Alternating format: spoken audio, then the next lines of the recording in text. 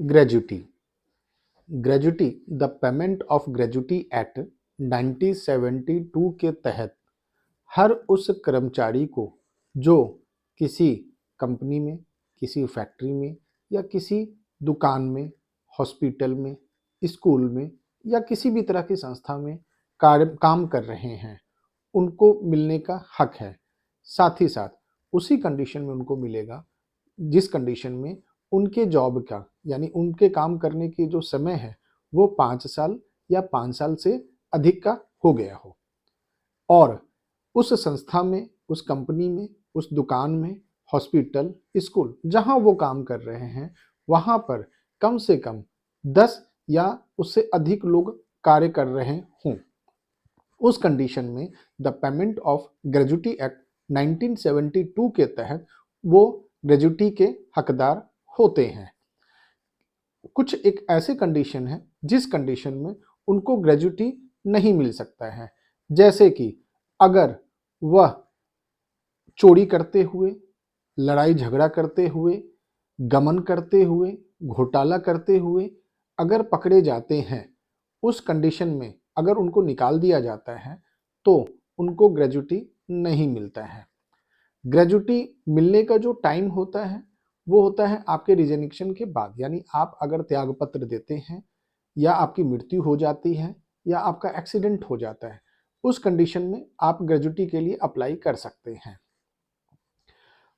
अब आ जाते हैं कि ग्रेजुटी और किस कंडीशन में नहीं मिलेगा। अगर कंपनी बैंकरप्ट हो जाती है यानी कि दिवालिया घोषित हो जाती है, उस कंडीशन में आपको ग्रेजुटी कोर्ट के द्वारा ही मिलेगा और कोर्ट की निर्णय पर निर्भर करता है। ग्रेजुटी की कैलकुलेशन की अगर बात की जाए तो ग्रेजुटी की कैलकुलेशन में बेसिक पे प्लस डीए यानी कि डियरनेस अलाउंस को ऐड करके टोटल 15 दिनों से मल्टीप्लाई करेंगे। उसके बाद जो आएगा, जितने साल आपको काम करते हुए हुआ है यानी कि 5 साल से ज़्यादा होना चाहिए, हम लोग बेस लेकर चलते हैं 5 ईयर्स ही, यानी कि बेसिक पे प्लस डीए का total multiply by 15 days multiply by number of years यानी कि 5 साल, इन सबका जो भी फिगर आएगा उसको डिवाइड कर देंगे 26 से, ये आपका ग्रेजुटी अमाउंट बनता है। अब अगर ग्रेजुटी आपको नहीं मिल रहा है, एम्प्लॉयर यानी कि मालिक अगर आपको ग्रेजुटी नहीं देते हैं, उस कंडीशन में आप एम्प्लॉयर को फॉर्म 9 के साथ लीगल नोटिस देकर ग्रेजुटी के लिए अपना आवेदन कर सकते हैं। अगर उस नोटिस के 30 दिनों के अंदर वो नहीं देते हैं तो आप 90 दिनों के अंदर में कंट्रोलिंग अथॉरिटी जो कि आपके जिले में लेबर कोर्ट होगा, वहां आप एप्लीकेशन फॉर्म नंबर 4 के साथ अप्लाई करके ग्रेजुटी की एप्लीकेशन लगा सकते हैं, जहां से लेबर ऑफिसर या कंट्रोलिंग अथॉरिटी के ऑफिसर हैं वो आपके केस को एम्प्लॉयर के साथ मीटिंग करके और डेट वाइज आपके सॉल्यूशन पर काम करेंगे एंड ग्रेजुटी आपको दिलवाएंगे। अगर इसके बावजूद भी एम्प्लॉयर अगर ग्रेजुटी नहीं देता है तो उस कंडीशन में रिकवरी सर्टिफिकेट यानी आरसी इशू किया जाता है लीगल ऑफिसर यानी लेबर ऑफिसर के द्वारा टू द डीएम ऑफिस यानी कलेक्ट्रेट में। वहां से उनको बोला जाता है कि आप उस कंपनी के या उस एम्प्लॉयर से फंड जो ग्रेजुटी का है उसे कलेक्ट करके एम्प्लॉय को दिलवाइए। अगर एम्प्लॉयर नहीं दे रहे हैं, उस कंडीशन में उनको पेनाल्टी के तौर पर कम से कम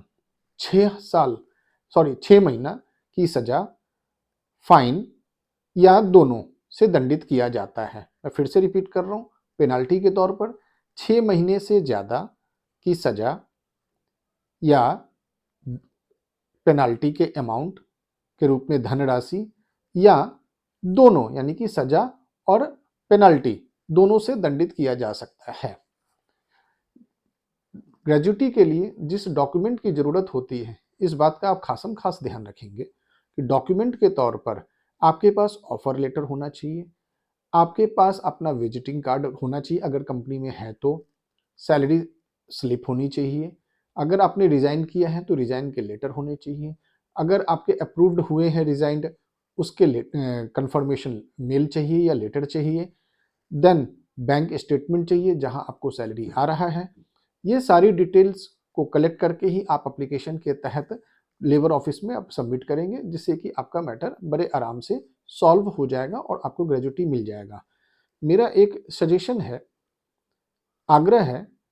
उन एम्प्लॉयर से कि जो एम्प्लॉय आपके पास अपने जीवन का 5 साल से ज़्यादा का समय देकर आपके पास कार्यरत हुआ है और आपकी संस्था और आपकी ऑर्गेनाइजेशन को एक प्रॉफिट के तौर पे दिया है, तो कानून के तहत जो धाराएं बनी हैं, जो एक्ट बना है, जो कानून बना हुआ है, the payment of gratuity act, उसके तहत जो उनकी